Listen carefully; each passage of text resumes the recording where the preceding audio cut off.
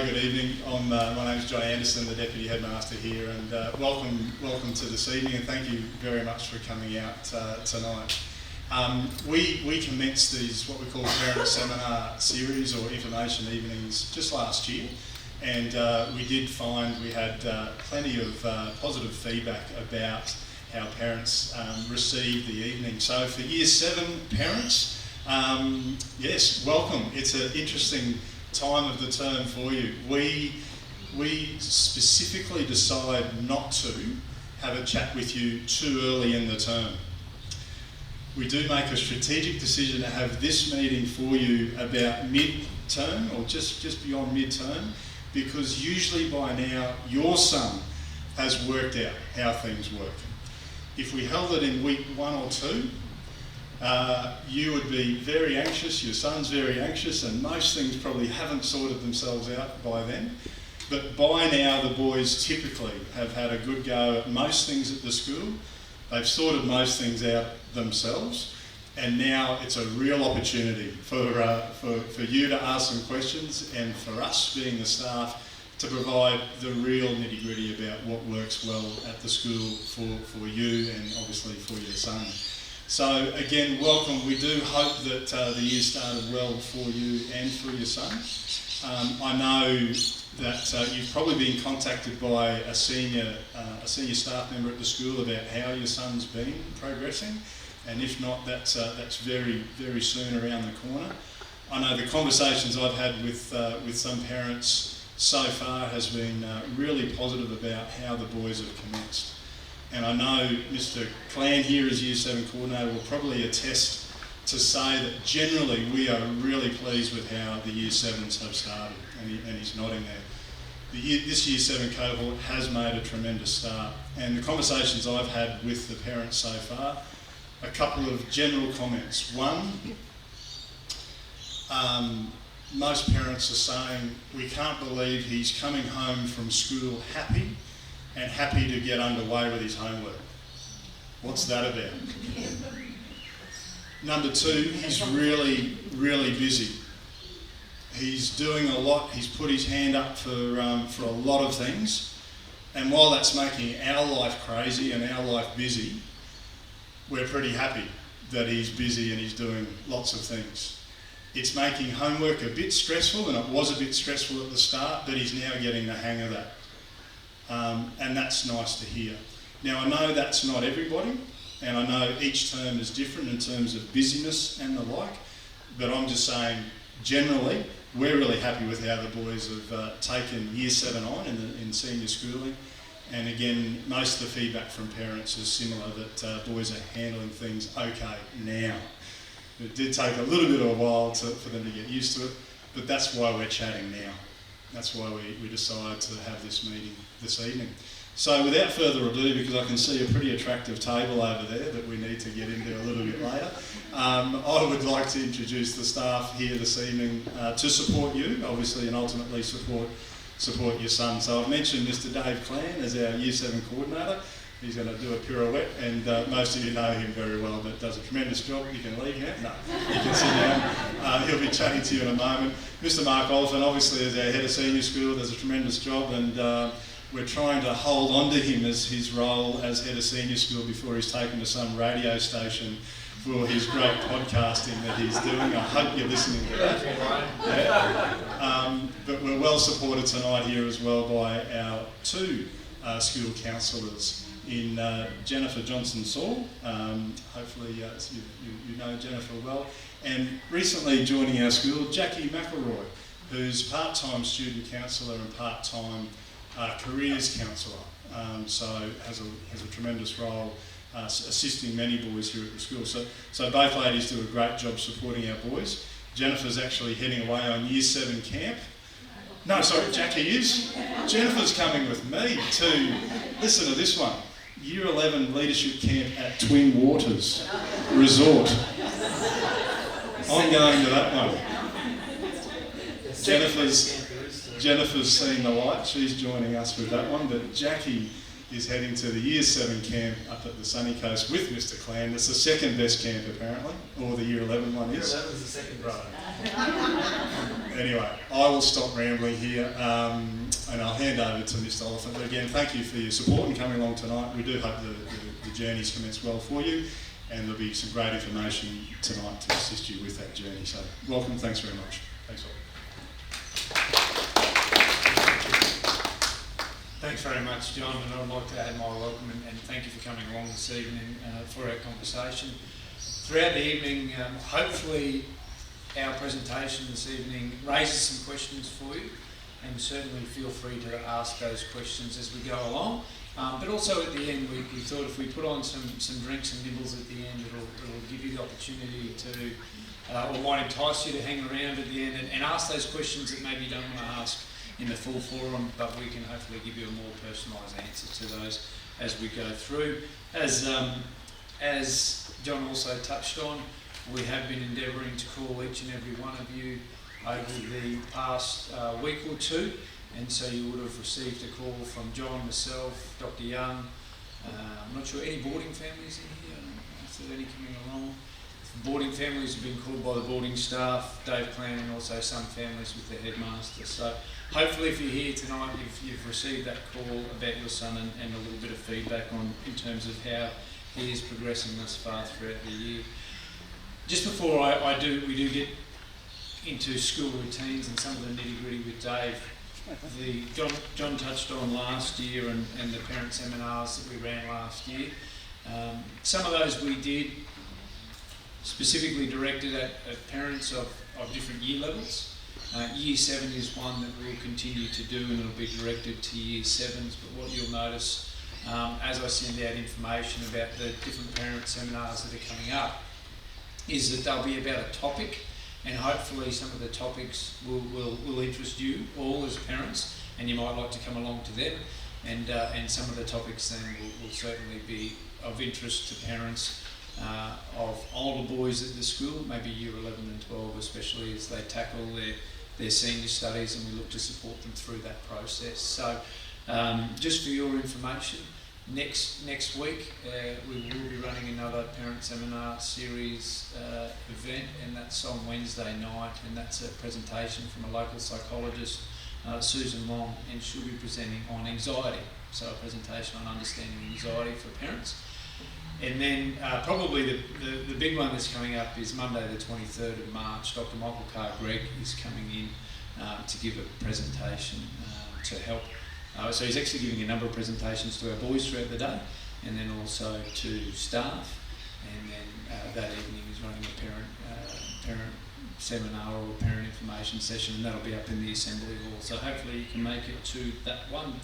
So that's the idea behind the parent seminar series. I'll talk about communication in a little while, but before I do, I'll hand over to Dave, who's going to talk school routines. Thanks, Dave. Thanks, Mark.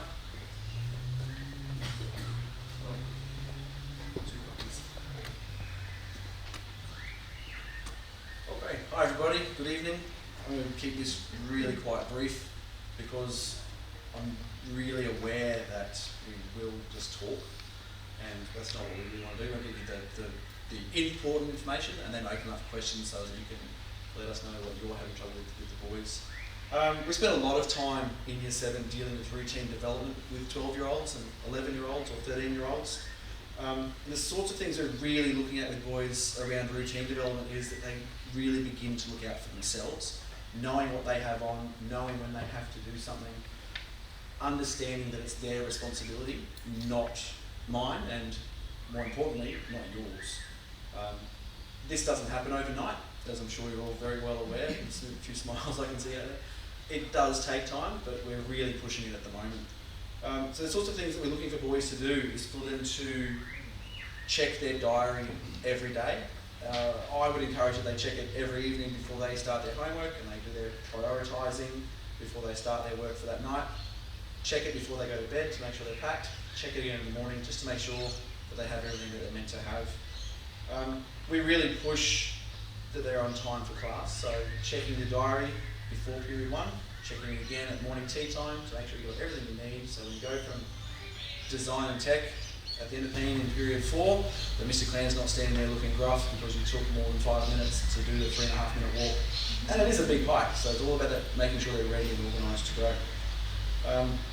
the fact that boys will learn their routine really quickly, and if I ask them, oh, when do I see you next? Most of them will be able to tell them at the top of their head, oh, period 2 Friday, sir. I say, oh, okay. How did you know that? How do you not know that? Okay, sorry. So they will learn their routine, and they will get into a really good habit over a 10-week term or over a 20-week semester that says, okay, I know where I have to be and when I need to be there. They're experts at that quickly because they're used to doing things again and again. We really push the boys to pack everything they need for the day. So if they come to me at morning tea and say, sir, can I bring my mum? I've forgotten. I say, no, your mum's got enough on her plate. She doesn't need, oh, dad'll be, no, mate. You'll just have to wear it this time. Oh, okay. 9 times out of 10, they're fine. Occasionally it might be, I forgot my lunch and I've got nothing, so we'll sort you out, come and get you some food. But it's really important for the boys to get used to that idea of I'm the one who's responsible for it. Timetables, checking them every day. Encouraging the boys to use their locker really well. So we do that at this end. We say to them that it should be empty every night. I do say to them a lot, because I can't guarantee the safety of anything in the locker overnight. Yes, it's locked, but I mean the locks, they are breakable, obviously, but also we have security here and things like that, but also they're not necessarily waterproof. Yes, they are plastic all the way around, but if we have a big freak storm push through, your items will get wet. Please don't leave things in there overnight. The real important part for that is that the boys know that I expect that they have everything they need at home, so they can't come to me and say, sir, I couldn't do my homework, I didn't take my book home. That said, these days 90% of what they do is probably on the computer anyway, which is a different comment to look at. But it's important that they are running their own system with getting everything out of their locker, keeping it neat and tidy, taking home that lunchbox so that an apple isn't still there in November. Communication from teachers, you will see we will communicate more with the boy directly than we will with you. Mr. Oliphant's podcast, of course, is the major exception to that one, which I hear he has a stellar guest list over the course of the term, so you can definitely check in the podcast if you haven't already. So communication will come from teachers via email a great deal of the time.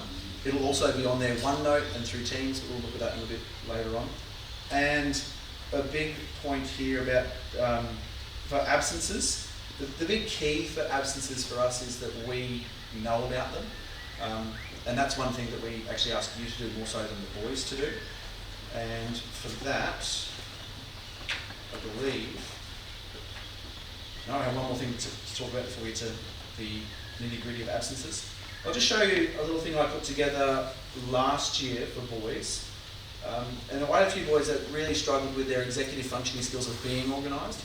And so we spent time together developing a little routine. So we laid out for the boys, what will your teachers expect of you? Well, they'll expect that you've brought all of your required equipment. They will expect that your homework is complete to the best of your ability. If it's taking you an hour to do, then maybe we need to have a chat about it, more so than just keep going and getting nowhere.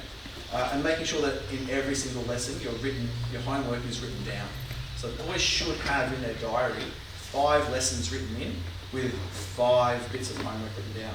And if they've had PE and art and music that day, then they're going to have no homework written down for those 3 subjects. But they still should have homework for the other subjects, and they might have had a big day the day before where they didn't get everything complete, and that's when they focus and say, well, I now need to finish my homework for 2 days' time, and that sort of thing. The aim for us would be around about 60 to 70 minutes of homework per night. I believe the student diary says 60 to 90 in Year 7 and Year 8. 70 is a good amount for a Year 7 boy, in my opinion. Beyond that, their brains give up. To be fair, after about 20 minutes of a block. 7 minutes? 7 minutes. Thank you, Mrs. Warwick. That's like no opinion. But it's true, I can't do it. I can't sit down and work for more than 45 minutes at a go, and I've had years of trying and practicing. So little blocks with gaps is a good idea. In the morning, these are 2 little checklists. On the right, you can see there 2 little checklists that I gave to some boys. Have I checked my timetable? Have I checked my diary? And do I have everything I need? And these were for those boys who would always forget their gear. And we all know who those boys are, because you might have one at home, or you might go, no, it doesn't happen to my kid. My kid's all over it. Awesome if he is, that's great. My kid isn't. So of an evening, we would expect the first thing they do before they do their homework, whenever that is they check their email. So the first 2 minutes of their homework should be check your email and see if there's anything new. check your diary. If there's anything in your email that you have to follow up on, write it in your diary so you're on top of it. Prioritise your homework so that you can actually sit down and say, I know I've got maths period 1 tomorrow, better do my maths homework. I've got English period 2 tomorrow, got to do English. And that way, I don't have drama until Thursday, I've got a bit of time for that one. That's the sort of idea we're looking for. Always check their timetable for tomorrow when prioritising, but also when they're packing their bag. Also for that prioritising, set a time limit for each subject. So if you know your maths teacher wants you to do 20 minutes, write down 20 minutes. My English teacher wants me to do 15, write down 15. I'm looking at my history, I'm almost finished, that's only going to take me 5 minutes, write down the 5 minutes, add them up, comes to 60 minutes, great. Spend 10 minutes working on Education Perfect spelling competition. Build that vocab. Always check the diary for tomorrow. That's particularly important when it comes to blazer dress days and special events to make sure they're aware of. Pack their bag the night before, organise the uniform or uniforms the night before, and double check that the computer is charging. The vast majority of our boys are really good at charging their computers because they love using them. But as the year wears on, they will become a bit complacent, so it's a good one to stay on top of.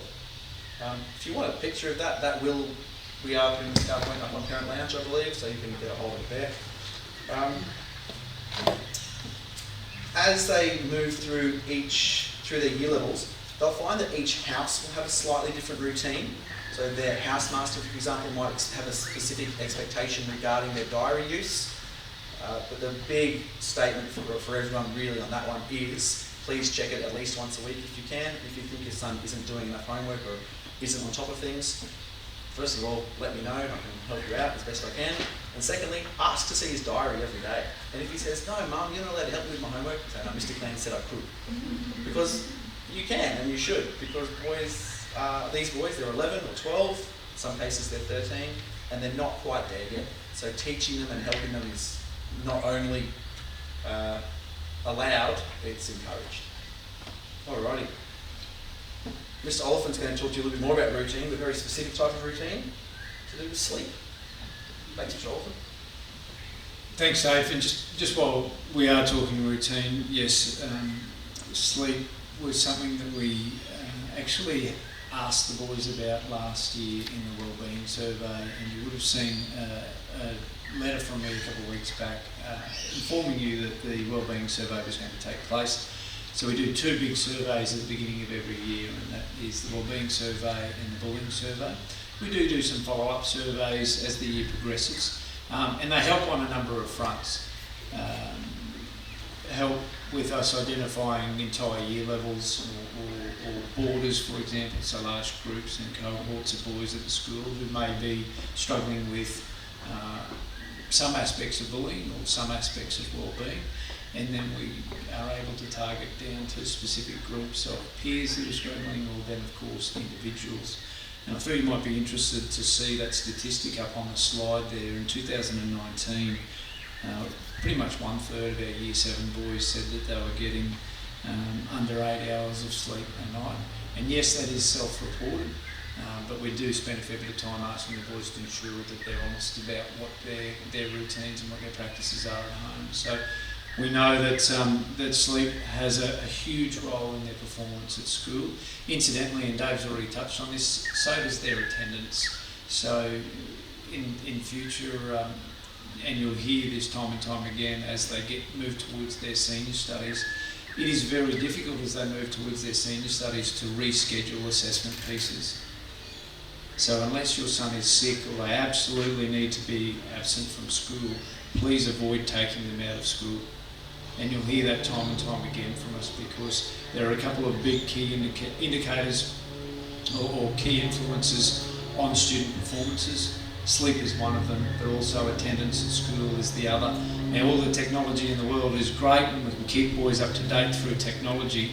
However, there's nothing like being in the classroom and actually engaging in that learning process with their teachers. So there is also a good correlation between sleep, or not enough sleep, I should say, and distress levels.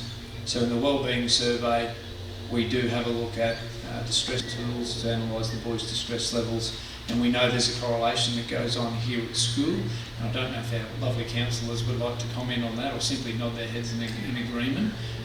That is absolutely the case, so please be conscious of it. Yes, we want to, as Mr. Anderson said at the start, we want our boys to be busy, we want them to be engaged, but we've also got to value their sleep.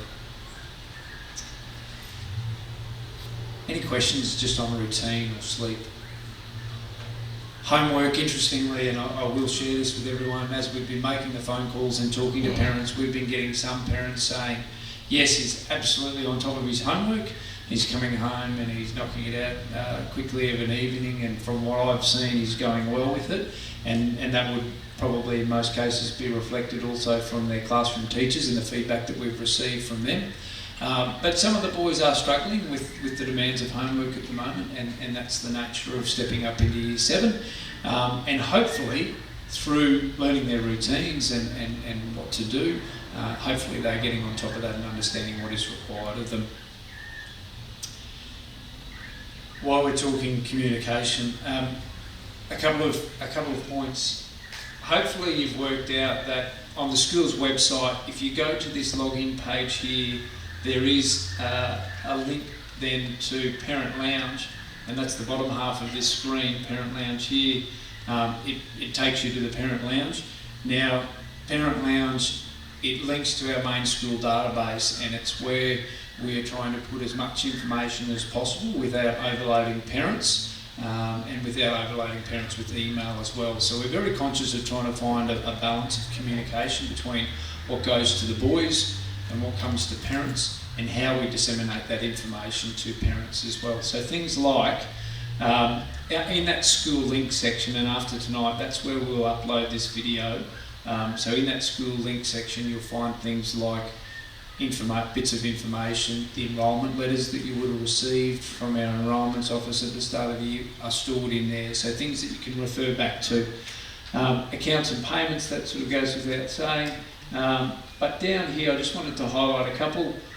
Today's daily notices for anything that's pushed out via Parent Lounge to parents, tours and excursions, which you hopefully are familiar with in terms of signing up for the Year 7 camp, and parent-teacher interviews, which will open at the end of this term. And if you're not sure about parent-teacher interviews, you would have received an email today with the school's newsletter, or the link to the school's newsletter, and the information for signing up to parent-teacher interviews has been in the last couple of editions of the newsletter, and that's where you need to go to make bookings to see your son's teachers. And I'd strongly encourage that you do that with the Year 7 boys, getting to know their teachers, and coming along and saying good day to them, and raising any concerns that you've got, maybe subject specific or just in general with things like homework.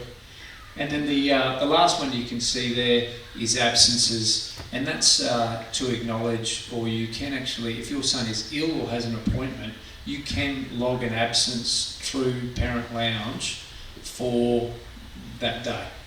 Okay, so if they're going to be away for an appointment or they are ill, you can go there. Of course, you are welcome, and we certainly encourage you to do it. Just get on the phone and call the school. And most of the time, that'll come through to student services, and one of the ladies in student services will help you out. In terms of other access to information for parents, we've touched on the newsletter. That goes out fairly regularly. We are trialling the podcast thing.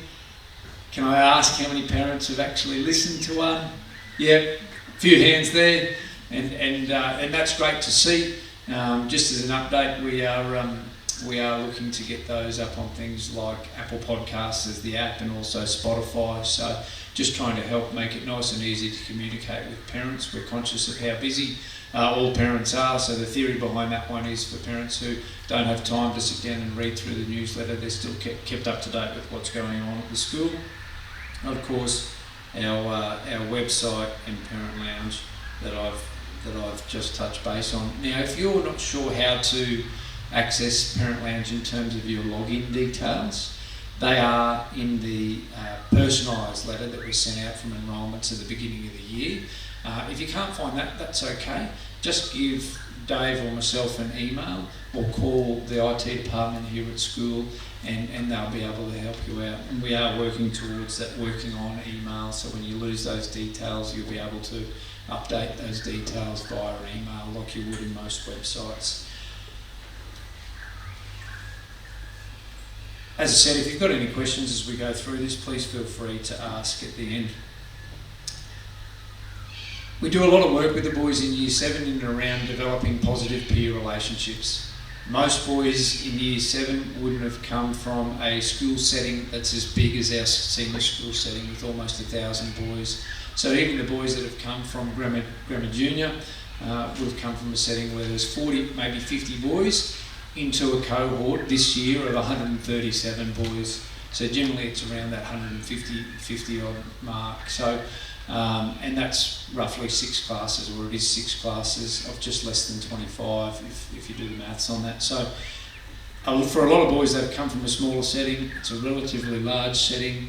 There is, and there will be, I can guarantee you this year, throughout the year, there will be some toing and froing with friendships, and that's normal, it's natural. We do try through our pastoral care program to educate the boys explicitly on that, teach them about their peer relationships. So getting to know themselves is important, and we start with that. Knowing themselves and recognising their feelings, also introducing things like mindfulness and good mental health practices, getting to know their teachers, and also some skills in getting to know their peers. They start to set goals, and they do that through the school diary, and they do that through work with their mentor, and also they start to learn a little bit more about bullying, and also about some expectations around positive use of their technology. So avoiding situations where they get caught up in things that could be construed as cyberbullying. Interestingly, for those of you who are sort of interested in what it all looks like at our school in terms of boys that report bullying or how much is reported, pleasingly our averages are much lower. Approximately half of the reported bullying that occurs at our school reports approximately half of the number of cases of bullying compared to national averages, and that's student reports. That's got nothing to do with staff or anything like that, which is good. However, from time to time it does happen, and boys will take a joke or something like that too far, or let it go on too long. And interestingly, it generally is verbal put-downs that is in most cases the type of bullying that we experience at the school. So thankfully it's not physical, and thankfully it's not cyber. Our boys tend to stay away from cyberbullying. That's not to say it doesn't occur, or that we don't monitor it. We do, but that tends to be the trends, especially as our boys are navigating those relationships with their peers. If your son is reporting negative behaviour to you when he gets home of an evening, one of the great challenges for parents is, okay, what do I do about it? When do I report it to the school? And how much should I be expected to work with my son? The good response, if your son ever comes home and he is worried about it and he talks or wants to talk about it, please sit down and talk with him about it. Find out as much information as you can. He may share something with you, and then when you question him on that, for example, you might say, well, what did you do in this situation? He might clam up, he might not tell you much, but ask those questions and see what he tells you. Sometimes they won't want to tell you anything, so they might like to write it down. And I know that's a strategy that our counsellors use a lot with boys, so they can come to it at their own time. And they might be willing to write something down and then allow you to read it. And that's fine as well. If it is of concern to you, don't hesitate to contact Dave or myself. Okay, you're more than welcome to. And we can talk through that matter with you, and we can work out something in terms of a plan to address a matter with you and then potentially with your son. So if he is worried about some interactions that are at school, we can work through those interactions with him to help him learn the skills of navigating his peers and peer relationships, but also it helps us to know whether we need to escalate a matter further. Just on bullying too, and just for your awareness, we don't take in the take a big stick approach to bullying. It's not a consequential based approach. Our approach is very much we like to see the boys sit down in a room and try and work things out. So we start with what's called a meeting of shared concern, and if this is a topic that's that you are interested in, there's plenty of books out there and plenty of research that's been done in this space and how schools address it. And we know that on average the big stick approach or the consequence approach is not overly effective. We know that sitting down and talking with the boys and working through situations is. The key to it all though, especially as our boys approach puberty, is getting them to talk and talk openly about these issues. And I'd welcome any further comments or questions as we finish up tonight on that. Mr. Clan, the pecking order. Oh, yes. So, building on what Mark has just said regarding the issues that we deal with and the research, Donna Cross, very influential Australian researcher, runs a program called the Friendly Schools Initiative. She's from WA, and she from her latest research, which she brought out last year, she said that the 2 year levels with the most amount of bullying across the country, first one's year 5, and most of that is 10-year-olds not understanding what they're doing, and they just say stuff all the time and not realising they're hurting people's feelings. And the second one is actually year 7. And a big part of that is, particularly in schools with all boys, they all arrive and think, I'm top dog, and I want to be top dog. So we spent a lot of time in year 7 disassembling that concept and trying to explain to the boys, if you're in the cool group, if you think you're a good cool kid, you're not. We don't want that.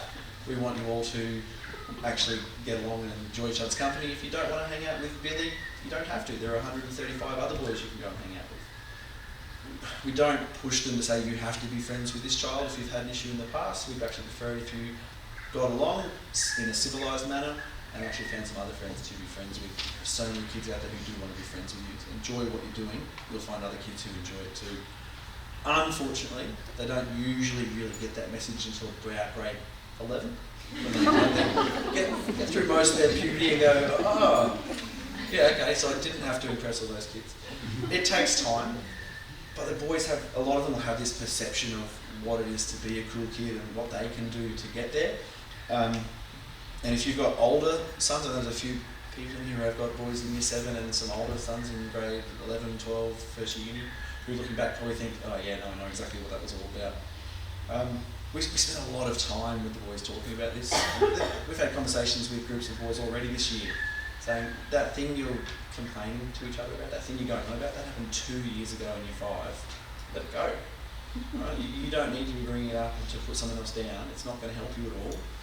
Let's move on from that. And through these conversations of shared concern with the boys, actually sit down across from their peer and think, oh, actually what I said was pretty mean, all right, I can grow from this. That's the sort of stuff that we're after, because they do grow quite well. 2 points on that, and Mark already alluded to it, this idea of filtering what your boys bring home, put your parent filter on, because sometimes they'll come home and tell you precisely what happened.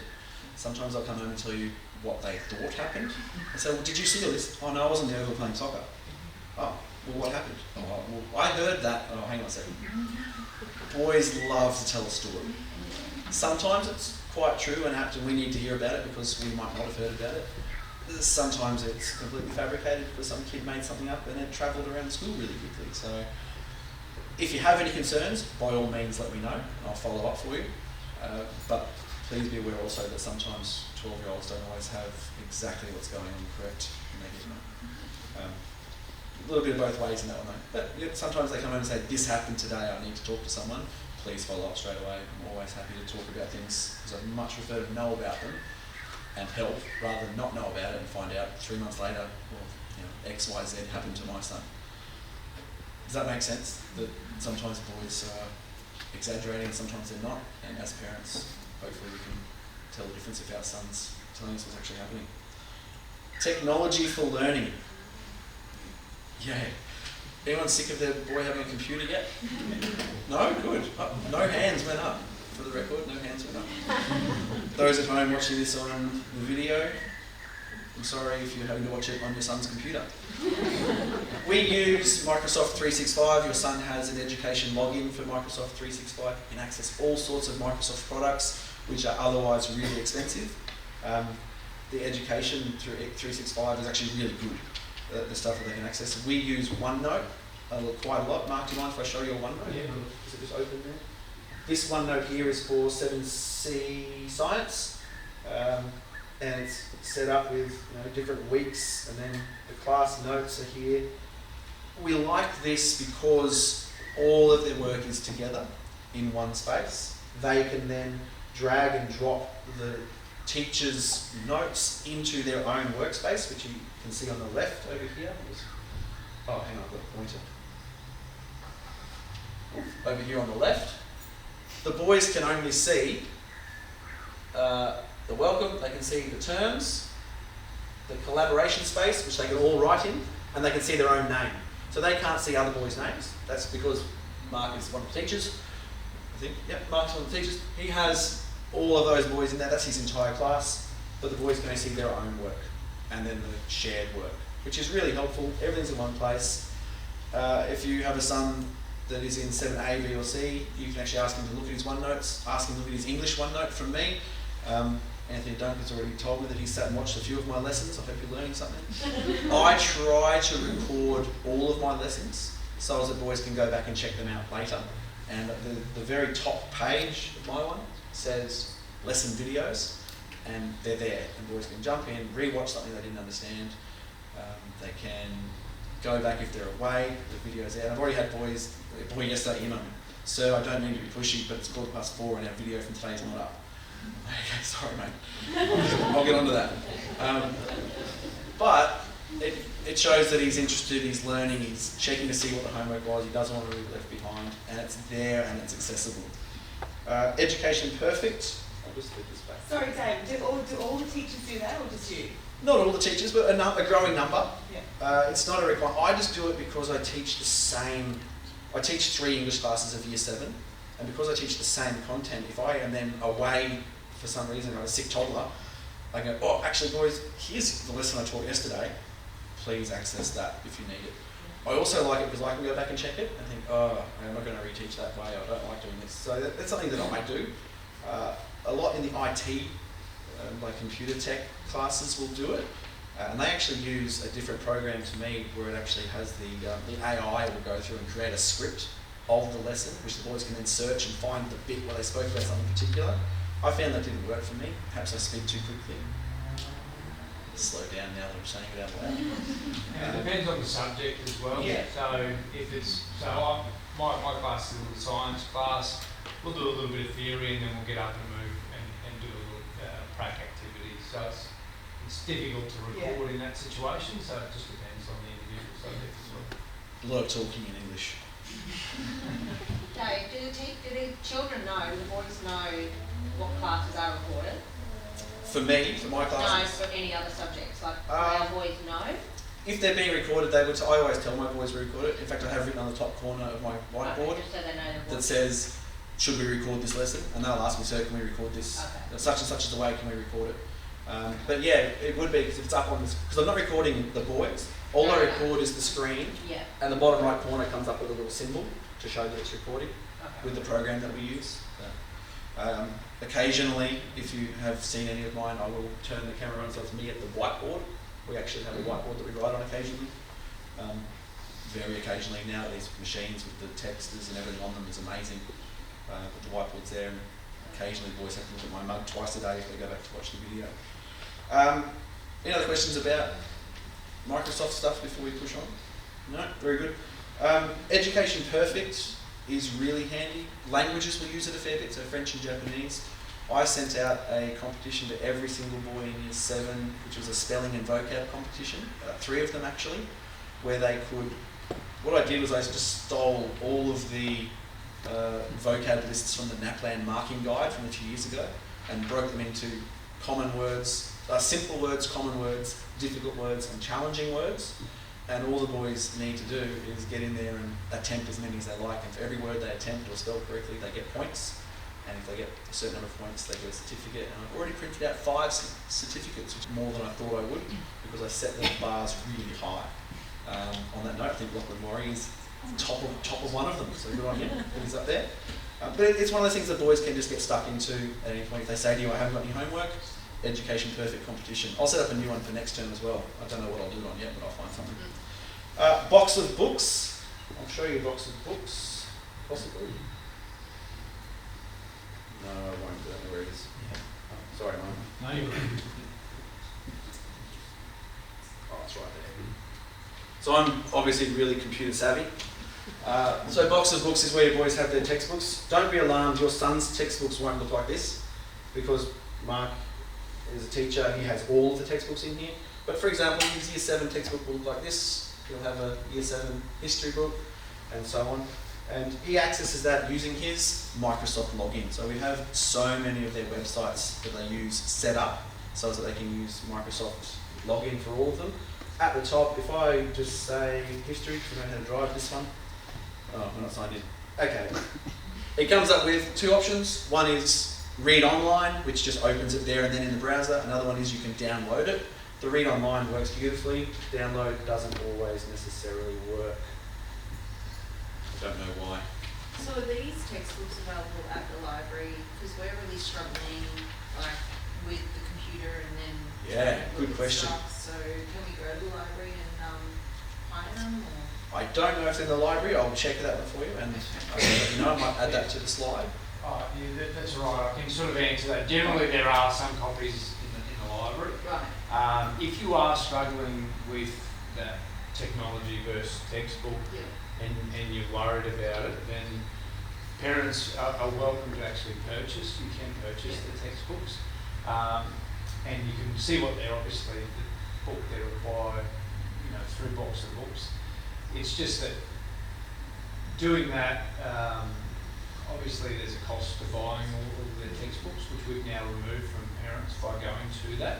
What boys do get better at doing, and I'll just, if you don't mind, Dave, just quickly, they do get better at either splitting their screens so that they can work at the same time as referring to a textbook, or they do get better at alt-tabbing through their screens, or they can four-finger swipe through screens. So some really short little, just easy shortcuts that they can use. If you are interested in this too, we have actually been tracking, so we're worried about moving to online textbooks and the impact it might have on results. We have been tracking it since we have, and overall there's been a slight increase in average results. We don't believe it's because textbooks have gone online, but it hasn't had a negative impact on any results. So for those of you who are computer savvy, sorry, I'll just log in here quickly. While I was in before, it's logged me out. Sorry, just in relation to that, are there any concerns around the amount of time we're actually spending on the laptops? I mean, given that age, I don't know what the prescribed amount is, but it's very low. Given everything's online and they do 70 minutes a night, yeah, at the time they spend it during the day at school on it, must be cracking up over 2-3 hours. Yes, so you're talking about prescribed time in terms of prescribed time work time or prescribed time social time on their laptops? Prescribed time on a laptop. And we are definitely conscious of how much time that they're spending on their laptops. Not every subject will do everything online. We just make sure that notes are there as well. So teachers are still teaching to the board. Boys still should be writing notes for different things. Again, it's subject specific. But they're writing their notes on the laptop? No, not always. No, because they can write some notes on their laptop, but they are, in most subjects, they would still have an exercise book.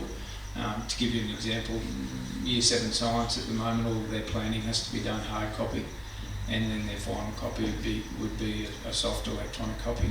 It is a difficult one for us though, and that's a challenge that we face, and I recognise that feedback because it's not healthy for them to be on it for too long. No, I understand the concept of the split screen. I use a computer all day. Their screens are very small to run a split screen on. Yep. Some boys find it works for them. So for parents who haven't seen it before, just simply hitting the window screen and the across button will do it for you, then you can select the other screen, you can do that, and then they can access,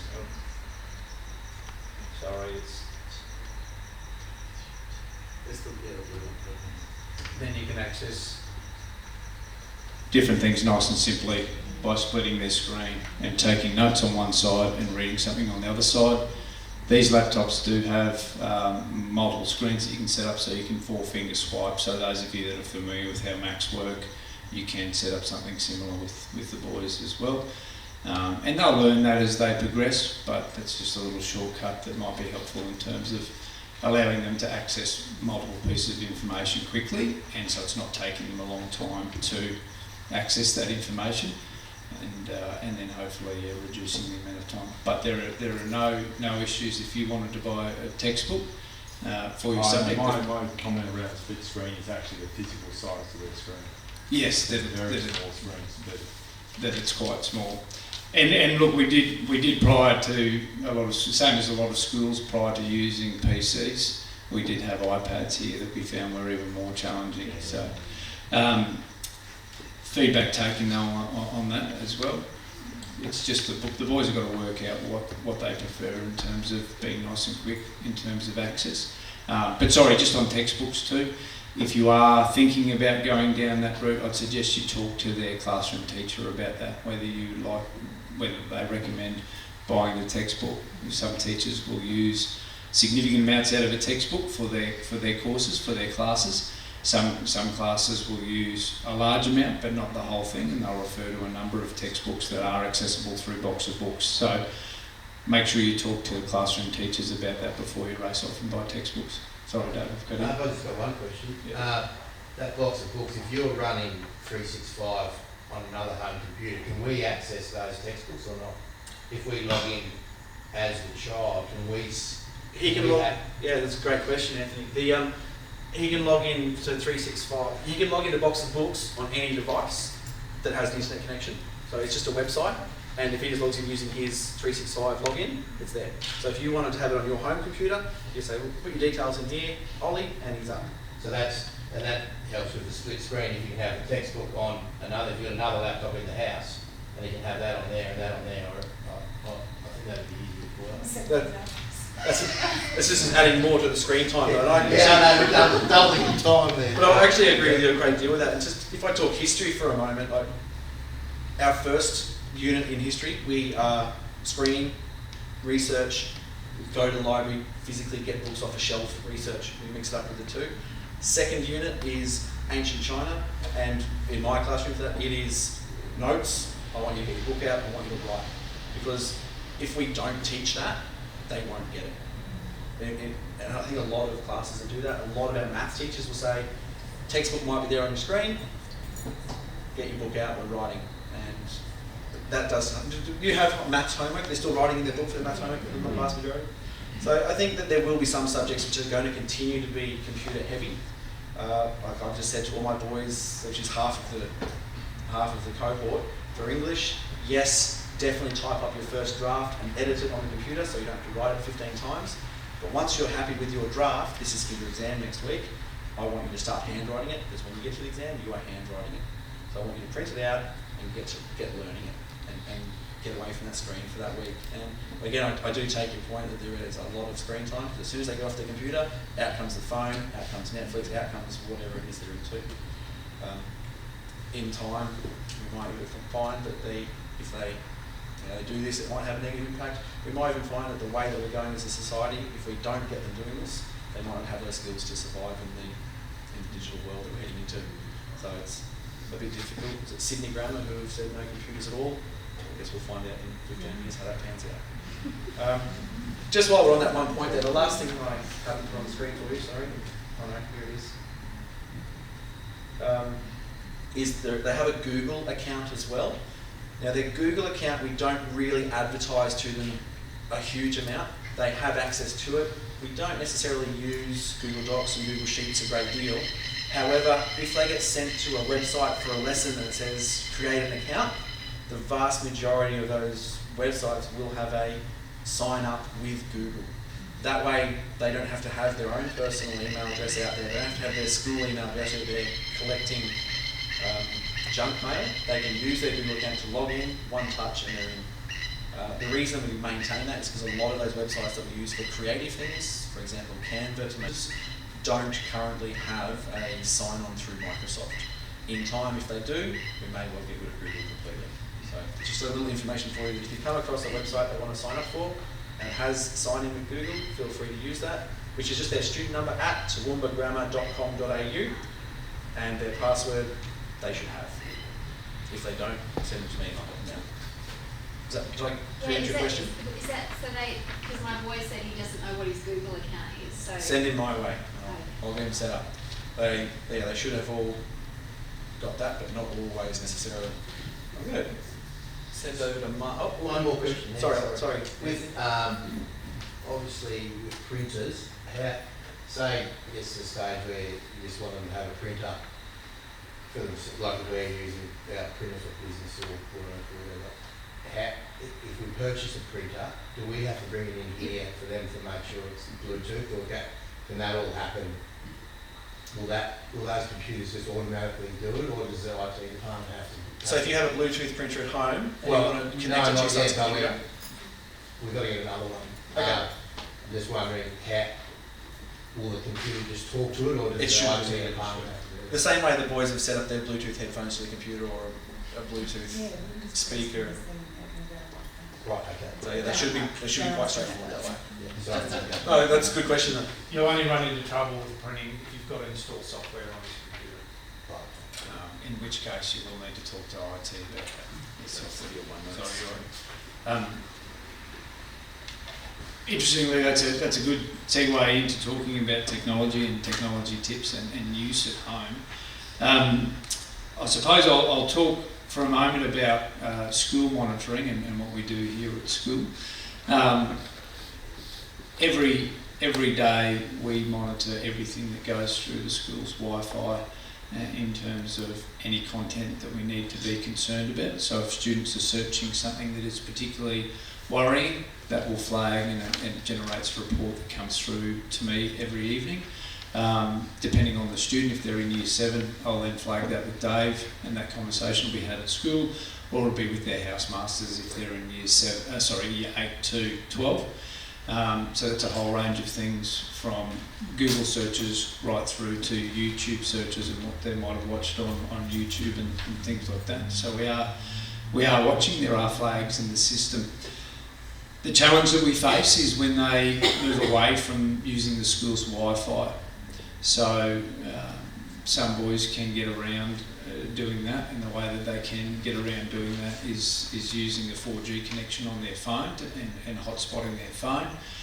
They're amazingly creative boys. They will put, and it's not so much something we see with Year 7 boys, but certainly as they progress through their senior years, if they want to get around using that monitoring software, they will connect a computer to their phone via their hotspot and make sure that their phone is located in a locker somewhere near their classroom. So they'll hit up one of their mates that's got a locker near their classroom and put their phone in there and 4G connected around. So we do have these challenges. Boys also like to try and find a way around the things that are in place for their safety. For example, I just mentioned installing software on their computers. They shouldn't do it. We don't want them to do it. We want the software that they require to be pushed out by our IT department. A couple of weeks ago, a Year 9 boy, he actually came to me and he said, "Sir, I know how to get around that." And I said, "That's excellent, don't show me, I'll take you down to IT now." He showed them, and our IT department actually had to contact Microsoft to say, "Hey, look, there is a way around this software." So it's interesting what they will come up with. So do they download VPNs or anything like that? Do they have They shouldn't be able to do it, but again, boys will try and find a way around doing that. So they shouldn't be using VPNs, they shouldn't be installing software on their computers unless it's something that IT have got in the software centre that they can access on here. What I'm getting to there is probably the best way to, especially for boys in Year 7, for parents to monitor what they're doing is actually to physically monitor them. So that means that of an evening when they're doing their homework or they're doing work at home, to set them up in an area where you can see their screen, or it's an area that is quiet but an area that is still visible by parents. So I know a lot of families will use the kitchen table as mum or dad are cooking or preparing dinner of an evening, and they can see their son's screen to ensure that they're working or they're not on something that they shouldn't be on. The recommendation is always don't let them take their technology into their rooms. That's their phones or their laptops, especially at their age. Now, as parents, then we've got a responsibility to try our best to model that as well. So to set up charging areas around your home where you would encourage your son to sit and work and also be able to charge his device, whatever that might be, and then to model that behaviour yourselves is a challenge. It's not easy, and we know that, but that's the strong recommendation that's coming from us as a school, but also a lot of professionals out there that work with young people to say, make sure that we're monitoring our young people with their technology. Now, we do have some software, and it sounds great, but it's not something that's easily installed for every student. We do have some software where we can monitor what boys are doing at home, and that is effective at the moment. However, the challenge with it, and it's not easy, I'll sort of explain my understanding, it's a limited understanding of how it works, but what it does is any time that they still search something online from your Wi-Fi at home, is it then still pushes it back through the school system, so it runs through our filters. Now, that's an extra bit of software that we can put on the boys' computer, and we will do that if parents are really, really worried about what their sons are looking up. So if there are any flags or you're concerned about what your son is looking up, the first thing that I'll do is look up what their history on their computer, and then the second thing I can do is actually recommend to parents that we put this software on their computer, that then anything they're accessing at home is then being pushed back through the school's network and therefore our filter, and therefore it comes up on our evening report. Again, if you've got any questions about that, I'd encourage you to see me at the end. I'm not a technology expert, that's my understanding of how it works, but it's not a simple piece of software either. Mr. Clan, games? Yeah. To be fair, the vast majority of Year 7 boys are probably more interested in the social side of their technology more so than other aspects at this point, which is a good thing. Well, not entirely a good thing. They will continually try to play games on their computers. If your son's there playing games on his computer and you say, you shouldn't have that game on there, and he says, no, it's okay, I'm allowed to, just say, you know what, I don't want it on there, unless of course you do want it on there, but feel free to understand that we will back you up. If you say, no, get rid of those computer games, get rid of that, that's not what that device is for, that device is for your schoolwork. If you're not doing schoolwork on it, turn it off and get away from it for a while. I will 100% back you up with that. I will sit your son down and delete things off your computer as need be. That is something that sometimes we need to have those conversations with boys and say, let's look at how you use it. And if you want to have that conversation with your son, with me there, if you want to say, hey, Mr. Clan, can we come in and sit down and talk through what our homework routine looks like and get some advice so that I'm the bad guy, by all means, I'm happy to support you 100%. So get in contact if that's something you would like help with, and we can sit down together and say, well, this is what your computer's for. It's not for Minecraft, it's not for whatever else it might be. There are 2 units throughout the year where we do use a little bit of Minecraft. One of them is in history for one specific lesson, so Minecraft is available, the education version is available on their systems, but it's not a use all the time, just for funsies sort of event. So if he comes home telling you, no, I've got to build this massive, no, it's probably not true. But again, if you don't know for certain, feel free to email me or give me a call. I've put up there also social media. For the last couple of years, we haven't had too many issues with social media in Year 7, but just this year already, I've noticed a huge resurgence with Snapchat. I fear this because I don't think the boys are mature enough to deal with it, and they do and say really dumb things to each other without meaning to hurt anyone's feelings, and they do. So if your son is on Snapchat, please do have that conversation with him about, well, what are you using it for, what are you on there? A couple of things you can really think about is that if your son uses Snapchat, Instagram, Facebook, or these social media sites, be his friend or follower. All right, and ask him to be your friend or follow you back, so as that you see everything he puts up or comments. If he's creating private groups where it's just him and 3 other people, please make sure that you're able to monitor what he's saying and what he's doing, and keep those lines of communication open. It's really good to set up these good habits now before they fall into the bad habits where they can't get away from it when they're 16 or 17. Again, probably the big thing now, I think this is down for Mark to say, but I'll just say it here, be consistent and be persistent. So any time where you think, no, I need to change what I'm doing or change my approach, be consistent with what you're saying to your son so they hear it again and again. And if you're not, don't think you're getting through, keep trying. Because we all know that our sons are good boys already. We know they're good kids. So let's see if we can really get through them to help them make the right decisions. Thanks, Mark. That's fine. And the other big one from me is if you ever hear your son say, but every other boy's parents let him access games and stuff all the time whenever he wants, and that will change, the context of that will change over the years as they progress through their senior schooling. Rest assured that other parents have, the vast majority of other parents have strict rules in and around their consistency in the home and how technology is used, and don't be afraid to say no.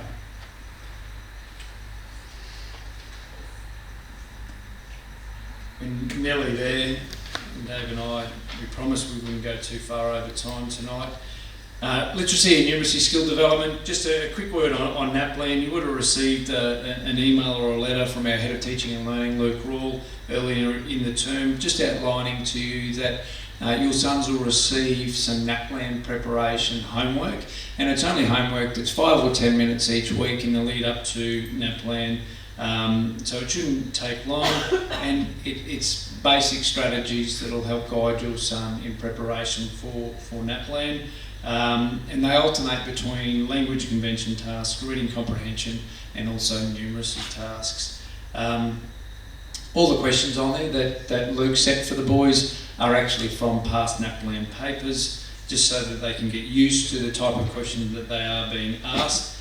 And if they'd like help, then they come and see Dave, myself, or they see Luke himself, and he'll give them some assistance with that. We have identified that grammar and punctuation is an area where our boys do struggle, and that's where they struggle in a lot of standardised testing. And so we are running a workshop early in term 2, and that'll be during class time, and it'll address things like when to use commas, possessive apostrophes, and basic structures in and around their writing. We're done. Question time. So this summary sheet, if you haven't got one of these, please feel free to come and grab one. They have hyperlinks on them. Unfortunately, they're not going to work on this piece of paper. I know, right? We will put this up online along with the video and the PowerPoint. This summary sheet will be there too. Parent Lounge. And if you can't get into Parent Lounge, let us know. But any questions, feel free to ask questions now. If you just want to grab something to eat and something to drink on the way out, and grab us individually. We're here. I see that John's still here. Our lovely counsellors that are down the front. Emma, how can we help? I think it's a good one. I hear, and we spoke on Saturday, but I hear conflicting messages about timing for homework. Tonight, Dave said something about 70 minutes. I think we were talking the other day about 20 minutes per subject. Yeah. What's the go? Is there something that we can standardise? There is. Look, it largely will depend, and I don't know. The feedback. I'm going to step away from the mic if we turn the thing off. Oh, I haven't turned it off yet. Oh, turn it off. So, the feedback that we're getting from boys at the moment is right from he doesn't seem to have much homework at the moment, and we know that those boys are completing a lot of their work in class and they're on top of it, so they're pretty good at finishing it, right through to it's taking him a really long period of time. I said to you the other day, most teachers would set around 20 minutes. If we refer back to Dave's comment about subjects like art, PE, Music, drama. music, drama. Chances are that they'll have one of those subjects in a day. Yeah. So if you take one of those subjects out, you've then got 4 subjects that are 20 minutes a pop. So there's your, it's an hour 20. Yeah. So a little bit over. How are people just interested? Hands up if your son would be spending more than an hour and 10 per night on homework. Hands up if your son's nowhere near an hour 10. In the last week, he's been nowhere near it. And the other thing to understand too, that now that he is in the senior school and we get to a period of time in each term and then also each semester, he will go through periods of time where he doesn't have any set homework, but he'll have a lot of study to do for exams that are coming up or assignment work to do. So that will fluctuate throughout the term as well. Part of the message about being organised is for them to learn simple little strategies to organise themselves as they progress through the term. We talked about some of those the other day. For everyone else that's here, some strategies for your son. The assessment planner that comes out in week 3 of every semester. Feel free to get that, sit down, or make your son sit down, go through his diary and write down when things are due. And then teaching the skill of going back 1 week and saying, science assignment is due next week. So it's a little trigger for him in his diary to say, my science assignment is due next week.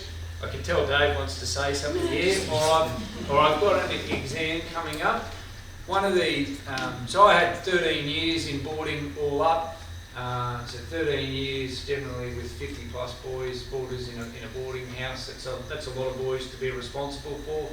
The one thing that I found really useful was I would get boys to write down their assessment and when it was due on a separate piece of paper. They could structure that however they liked, as long as it was the subject, the assessment item that was due, and when it was due. And they would create that list or table or whatever it might be, and they would send it through to me. I would print those out, I'd send a copy to parents, and when I printed them out, I gave it back to the boy.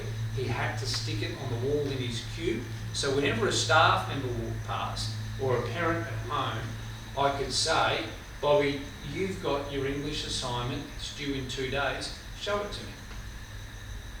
And he would show it to, because as parents, busy working parents that we all are, we need those little reminders. So when you walk past that common space, wherever it might be in your home, whether it's a pinboard or something that's near where they do their homework, encourage them to do that. It's a nice little reminder for us, but it's also a reminder for your son. So teaching him those little skills, so that he's not just writing down, my science assignment is due on the 17th of March, and then he gets to the 16th of March and realises he's got his science assignment due the next day. He's actually learnt the skill of going back 1 week. And then some boys will even write down work on science assignment every night. So just teaching those skills to them now. Dave, did you have anything to add there? I do. I was just going to say that I made a little note in my diary to bring along a little A3 laminated sheet to show you, which has on it that exact term plan, week plan, nightly plan, and reminders on it. Obviously, I brought them all to give you in my office. I did remind you. Some of your sons have come and collected them from me already. If you'd like one, just say to them, you need to go and Sims to Clan tomorrow and go and collect one of those A3 sheets. And then all you need is all year sevens. The boarding house has a stack of 50, and I've got a few left, a whole bunch left in my office. Send them to me. All they need is a whiteboard marker, and they fill out their term as they go, and they can make changes across the term. And it's right there. It's laminated. Use it again. Lasting 6 years. And we've always got them in. So when they then progress past year 7, we've always got plenty in student services. And as we start to run out, we just order more. So there's always plenty. If ever they were to lose it or whatever, or it's just got lots of writing on it from a bit of use, send him in to grab a new one. So do you have a question? Yeah, I noticed you had typing on the slide before. I'm interested to know if there's any programs or teaching around touch typing. Coming. So it is. We are conscious of the skill of typing. I've made reference to before the boys used to have iPads. And it was always funny. I think it was last year, Dave, that a boy was typing on his, no, possibly the year before, typing on his iPad. Like this. That was how he was typing. So yes, because we know that typing, as more and more exams we're hearing of universities running exams online, etc., typing is becoming a more increasingly important skill. And so we're looking at abilities that we develop with every boy. But the practical sort of application of that will be that we will have a typing program up and running for the boys. I want to say soon. That's 6 years. Yeah, once they get to year 12. No. I guarantee it'll be up and running by at some stage this year before the end of half the year, and we will get boys on that. And what we will do actually is we'll have, when we know that there's not a lot of assessment and things on, we'll have some specific times where we're asking teachers, as a 5-minute introductory to your lesson, typing tournament, get on there, we've got a competition set up, go for it. So the boys are learning those skills because we know that it's probably going to become a skill that's more important than handwriting. There's your term 3 ed thing, education. Yes. Yeah, there's it. I don't know if Education Perfect does that, but I'll find one. But good question. Sean, sorry, you had a question? Oh, all good. All good. Just with the NAPLAN, is all online including the writing task for this year? Is that right? NAPLAN for us, So that yes. Yeah. we're not worried about them having included the writing task. This. We are worried about it. That's why we're going to run. Yeah. It's mandatory to be online, or there's no option to do it? Not this year, no. Next year, that's what they're aiming towards. Next year, It'll be mandatory. So this year's NAPLAN won't be online? not for us. Oh. Okay. Year 9, they'll get to enjoy it, I'd say. No, we That's are great. typing. This year, Yeah. no. Sorry. I think there was some confusion with the time you first started. So this year written, Oh, good, okay, good. next year, and then by the time your boys are in year 9, They'll be online. we're being instructed it'll be. We actually avoided being one of the trial skills for online because in a lot of schools that online trial for NAPLAN crashed. Yeah, excellent. Some schools, interestingly, that or some states have trialled online examinations to senior examinations. So. I think the other thing with typing is it's a time saver.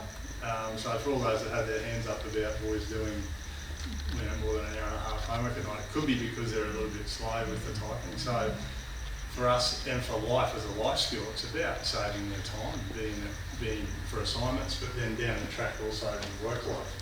We all type a lot as part of work, and if we can do that quickly, you can be more efficient in the workplace down the track. So that's the other motivation for us to help the boys. That point taken, we'll get it sorted and out as quickly as possible. Any other questions? Where's my son's blazer? Did you ask him where he left it? It was taken off his sports bag. It's no. Yeah. Only worries it's still a pretty We've spoken to him about 10 times since then. We're just waiting for that next blazer dress day so we can go, all right boys, blazers, let's check them all. He's But openly asking him every second day. Yeah. Go to the... Look, I don't want to create any false hope. Typically, we would find that they turn up. It's not done intentionally. There's every chance that there is a boy who has 2 blazers at home and he's covered in. He just simply hasn't realised. So until there's a time. If you can't find one there under the fridge, he's not going to find 2 blazers in the Or one might still be stuffed in a bag somewhere. Yeah. And one might be hanging up. So I don't want to, conscious that some of you probably want to get out of here. Look, thank you very much for coming along tonight. We really appreciate it. We think these evenings are important for a number of things, to get our messages across to you, for you guys to get messages back to us, But probably just as important is for you guys to start to make some connections, and that's why we thought we'd put on a beer and a wine, and people are welcome to have a drink and hang around and ask questions. If you've got to go, by all means, get going and get back to your loved ones. If you don't have the information sheet, Dave's got leftovers, plenty there, but they will be sent out. All right. Thank you very much. Thanks for coming on.